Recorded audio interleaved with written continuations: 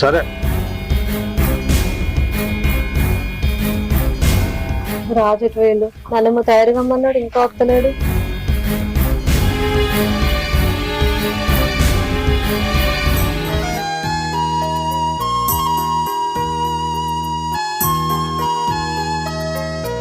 సీత,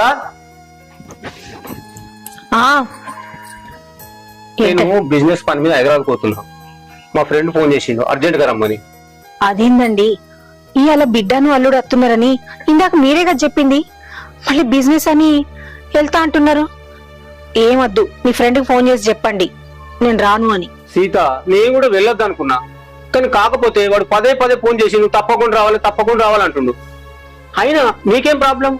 అల్లుడు బిడ్డ ఇంటికి వస్తున్నారు, వాళ్ళు నీకు తోడుకుంటారు, వాళ్ళు ఏమైనా పరగల్లా? నువ్వు సంతోషంగా పంపిస్తావు అనుకున్నా, నువ్వేమో ఇప్పుడు ఇట్లానే పడుతుంది. అయ్యో, వాళ్ళు ఏమైనా